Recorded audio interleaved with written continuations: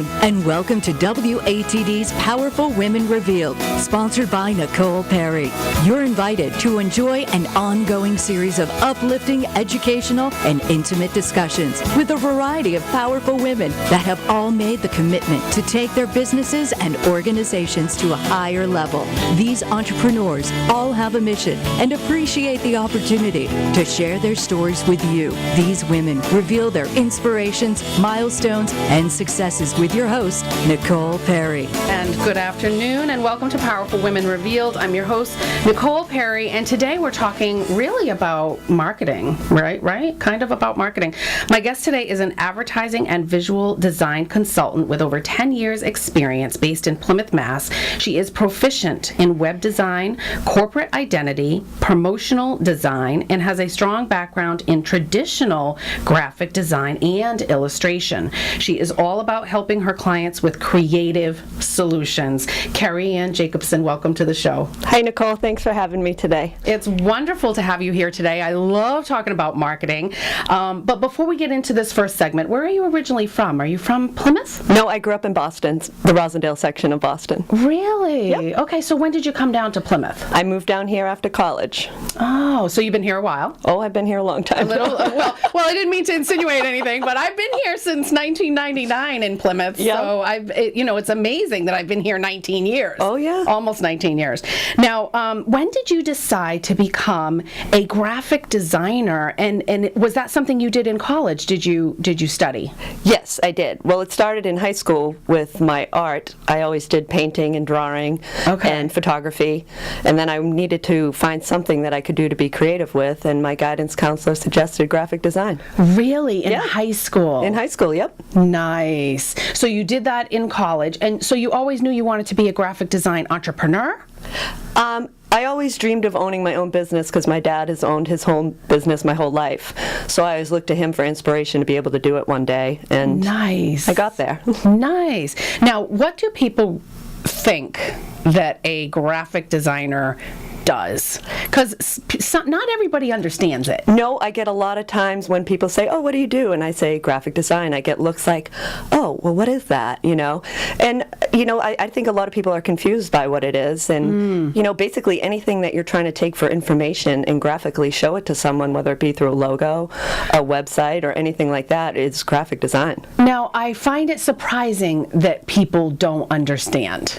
I have to say, that surprises me. It surprises me every time someone looks at me with the deer in the headlights look when I say what it is. Well, are they really by saying they don't know, are they really asking, what do you do for your clients? Probably. Maybe? They're asking, what is it exactly you do for graphic design? Because there's so many different levels of graphic design. Yeah. And between print and web now, there's just so many different things that can be considered graphic design. Yeah. Now, you used to work for a printing company? I worked for a in-house graphics department, and we did catalogs. So I worked with a lot of printers. Yes. Okay. So how does that affect your business today? It affects my business in the sense that I have a full understanding of how things need to be done to be produced correctly for the client. Okay. So what has to be done or produced correctly? Well, what is an incorrect thing? Well, an incorrect thing is taking a logo or anything that's about this big and can be used on a website, and then someone wants to make a sign out of it. Yeah. And you just can't do that. You can't do it. You can't have a 1 inch by 1 inch. And then make a 10-foot sign. Because then it's all distorted, and you get all of those big squares. Oh, yeah, pixels. Pixels, thank you. Thank you for helping me. Now, how do you help your clients help you? Well, I help them help me by listening to them. I want to hear what their vision is, what they really feel they want to get across in their business, and their look and the feel of who they are and what they want their business to be presented as. And I really like to try to explain to them and help them get to that point and let them understand how some things work and some things don't work. And it's not just about the shapes and the colors. It's really about the emotion. It's the intention.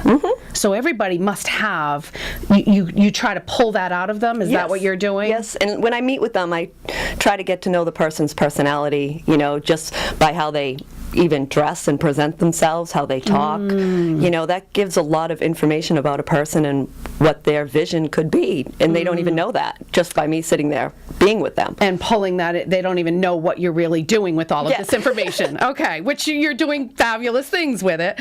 Now, we played the intro, Patience, from Guns N' Roses. I love that. I can actually whistle the whole thing, as well as the Andy Griffith Show intro.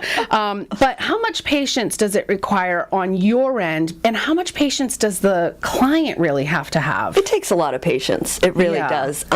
Patience on the client end to give me a little bit of leeway and space to really work to get up to some type of comp or design that they're going to be happy with. Yeah. And then they also have to be patient to understand that what they envision sometimes can't always be what's going to work best. And you got to rework it a few times sometimes. Okay. Because of the different places that you're putting logos, the vision might, you know, if you want a rectangular logo, that's great for a website, but what are you going to do for the small icons? So you have to... In this day and age, everything is icon based, you know, like... You don't need all the words everywhere. Sometimes it's just a graphic symbol, and you know, some things that people choose, you got to have patience to explain to them, like, that's really not going to work, you know? Or do it this way. Have your symbol here and the words here. And that way you can drop things off or add things too. Okay. And I forget we're radio, so we're we are recording on video though. Now, when does the light bulb go off for you?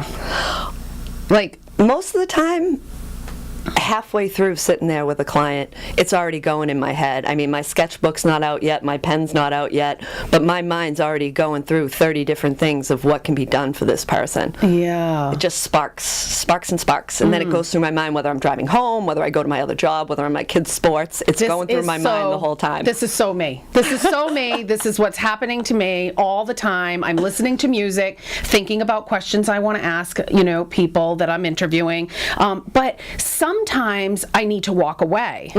So does that happen to you too, where you really have to put the pen down and just take a breather, you know, shoot a basketball hoop, I don't know, whatever you do for exercise. Shoot basketball. Well, I know you have a son in basketball, so, but you know, really you sometimes have to walk away so that you can refresh and regroup and then come back with a fresh new perspective. Well, yeah, absolutely. And sometimes I have to do that because, you know, you're billing hours here, and if I'm stuck at a creative block, I'm not going to just keep sitting there pounding a wall that's going nowhere. And sometimes you do. You got to take a break, take a walk, listen to music, do something with the kids, and reinvent what you were starting with. Now, is it hard to keep your personal style put aside and separate your personal from your professional? It was in the beginning when I was younger, but the more years I've done it, the more you start to realize exactly what your client is, and you really go with what their style, whether they're conservative or